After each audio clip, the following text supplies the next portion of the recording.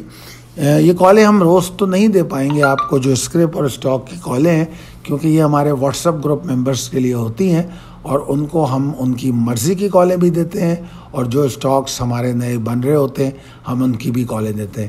مگر جب ہمیں مارکیٹ میں کوئی ایسی بات نظر آتی ہے کہ جس سے ہم لوگوں کو کچھ فائدہ پہنچا سکیں, سیکیور کر سکیں, تو ایسی صورت میں ہم فری آف کاسٹ اس کو شیئر کر دیتے ہیں. دوسری بات یہ کہ یہ جو منڈے کی کال ہے اس میں ہم اپنے کچھ نہ کچھ اسکرپٹ ضرور ایڈ کرتے ہیں, اور میں ویسے کوشش کروں گا کہ روزانہ کی کالوں میں ٹائم نکال کے کچھ نہ کچھ اسکرپٹ ایڈ کروں. اگر آپ کو ہماری سروس کو سبسکرائب کرنا ہے تو آپ کے پاس نمبر موجود ہے واٹس ایپ 0345276880. اس کو فالو کیجئے. دعا کرتا ہوں کہ اللہ تعالیٰ آپ کو بہت کامیاب کرے اور صحت مند رکھے. Thank you.